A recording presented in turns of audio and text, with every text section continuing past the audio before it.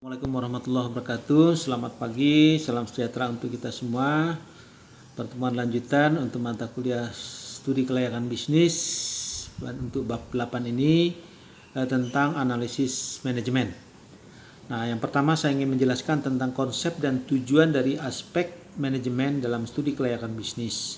Nah, kita ketahui bahwa pengembangan bisnis itu melalui berbagai hal, antara lain dengan diversifikasi bisnis atau usaha. Ini adalah merupakan suatu kebijakan strategis perusahaan yang didasarkan pada analisis yang cukup mendalam. Nah, realisasi dari diversifikasi usaha ini dimulai dan ditindaklanjuti dengan pembangunan proyek bisnis, ya. Dan ini diimplementasikan secara kontinu. Nah, untuk itu diperlukan manajemen yang andal untuk merealisasikannya. Nah, proses manajemen proyek bisnis ini akan berakhir sampai pada selesainya dibangun proyek bisnis. Dan selanjutnya digantikan oleh manajemen yang menangani operasionalisasi bisnis. Nah, analisis aspek manajemen ini untuk pembangunan proyek bisnis dan implementasinya berdasarkan kepada pendekatan perencanaan atau planning, pengorganisasian, kemudian pengarahan dan juga pengendalian. Nah, di sini ada beberapa tujuan daripada analisis aspek manajemen. Yang pertama, yaitu menganalisis penjadwalan pelaksanaan pengembangan bisnis.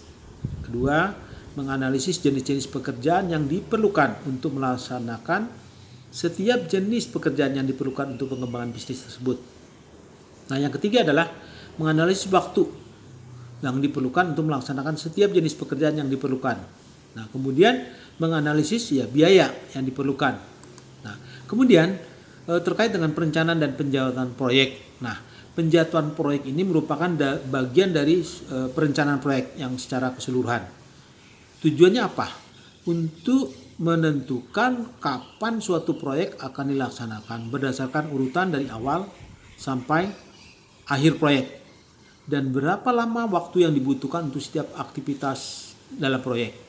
Nah, identifikasi yang dilakukan dalam perencanaan proyek ini adalah antara lain kegiatan yang diperlukan pada pelaksanaan proyek, kemudian rekanan dan SDM yang akan melakukan setiap tahapan pelaksanaan kegiatan, kemudian fasilitas yang diperlukan pada setiap tahapan-tahapan pelaksanaan kegiatan, kemudian kapan waktu mulai dari setiap tahapan pekerjaan, kemudian kapan berakhirnya. Nah, kemudian bahan dan peralatan apa yang diperlukan dalam setiap tahapan pekerjaan tersebut. Kemudian juga biaya yang diperlukan, kemudian aspek pengawasannya, kemudian usaha-usaha yang harus dilakukan untuk melakukan perbaikan jika ada terjadi suatu ketidaksesuaian dengan rencana. Nah, kemudian apa yang diperlukan atau biaya yang diperlukan untuk melaksanakan percepatan dari setiap kegiatan proyek. Nah, kemudian teknis dan perencanaan penjalangan proyek ini ada beberapa teknik yang digunakan. Yang pertama ada disebut dengan bagan GAN atau GAN chart. Kemudian PERT atau Program Evaluation and Review Technique. Yang selanjutnya adalah CPM, Critical Path Method, atau disebut juga dengan metode jalur kritis. Kemudian ada yang namanya pola kerja terpadu, di mana di sini teknik perencanaan yang komprehensif untuk digunakan dalam kegiatan supaya kegiatannya tersebut terarah dan juga terpadu. Kemudian ada namanya Performance Improvement Planning, ya. Kemudian ada namanya APP atau analisis persoalan potensial, yaitu teknik perencanaan yang berguna untuk mengamankan satu program kerja agar dapat mengantisipasi setiap permasalahan yang muncul pada setiap pelaksanaan pekerjaan tersebut. Nah, kita ketahui ada yang tadi yang disebut dengan GAN chart, ya, atau bagan GAN. Nah, ini adalah yang bagan yang paling sederhana bagaimana kita melakukan pembuatan jadwal kegiatan, ya. Di sini dengan penyusunan bagan chart. Nah, nanti bisa dipelajari dalam bagaimana cara membuat bagan chart. Nah, ini seperti schedule yang kita selama ini kita buat, ya. Itu bagan yang sangat sederhana. Kemudian ada lagi yang namanya atau Program Evaluation and Review Technique. Nah, selanjutnya di sini ada beberapa hal yang ingin saya sampaikan. Ini adalah metode-metode perhitungannya. Jadi nanti bisa dipelajari dari bahan presentasi yang saya buat. Nah, kemudian saya ingin melanjutkan kepada teknik pengendalian. Nah, ini adalah sebagai salah satu faktor manajemen di mana pengendalian ini dilakukan dalam rangka untuk menjawab pertanyaan apakah rencana manajemen untuk pembangunan ataupun implementasi dari bisnis ini layak. Atau sebaliknya, beberapa fungsi pengendalian ini bisa juga dievaluasi kembali. Nah, kalau begitu kita bisa mengatakan bahwa pengendalian ini adalah pertama untuk mencegah terjadinya penyimpangan atau kesalahan. Kedua, untuk memperbaiki berbagai penyimpangan. Ketiga, bisa juga dia mendinamisasi organisasi. Dengan adanya upaya pencegahan terhadap penyimpangan, maka setiap unit dalam organisasi selalu dalam keadaan bekerja secara efektif dan efisien. Ada perubahan, dia lakukan perubahan.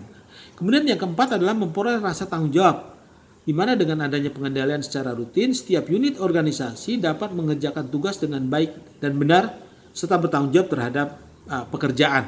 Nah, ada beberapa jenis pengendalian. Ada metode pengendalian pendahuluan, metode pengendalian bersamaan atau disebut dengan concurrent control, kemudian pengendalian umpan balik. Nah, kemudian sebagaimana saya kemukakan di muka tadi adalah bagaimana mengakhiri pembangunan proyek. Nah, dalam kaitan dengan proyek bisnis yang dibangun, ini nanti selanjutnya setelah selesai dilanjutkan dengan operasionalisasi. Nah, langkah-langkah apa yang diperlukan dalam rangka mengakhiri proyek bisnis? Yang pertama, yang menetapkan organisator ya dalam proses terminasi proyek ya di mana nanti akan mengelola terminasi dari proyek tersebut. Kemudian juga menyiapkan laporan-laporan yang diperlukan dari masing-masing bagian atau masing-masing divisi.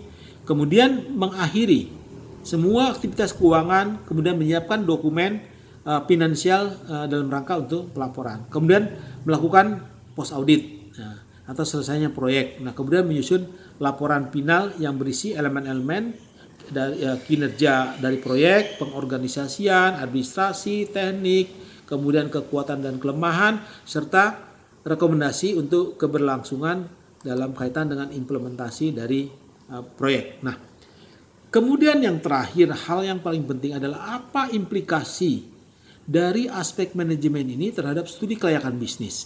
Nah, hasil studi kelayakan aspek manajemen akan memberikan gambaran dua kegiatan pokok. Yang pertama, manajemen dalam pembangunan proyek bisnis. Yang kedua adalah manajemen dalam implementasi bisnis rutin dalam perencanaan, pengendalian, dan pengakhiran proyek bisnis. Nah, hasil analisis dari elemen-elemen tersebut akan berupa pernyataan. Apakah rencana bisnis dinyatakan layak? Sehingga studi dapat dilanjutkan ke aspek-aspek yang lain. Nah, jika rencana bisnis dinyatakan tidak layak, dapat dilakukan suatu kajian ulang yang lebih realistis ya, dan juga positif sehingga kajian ini dapat menjadi layak ya. Nah, apabila memang sulit untuk menjadi layak, maka rencana bisnis tersebut diberhentikan saja atau di stop ya. Demikian apa yang bahan-bahan yang diperlukan dalam kaitan dengan aspek manajemen dalam studi kelayakan bisnis. Wabillahi taufiq wa hidayah. Wassalamualaikum warahmatullahi wabarakatuh.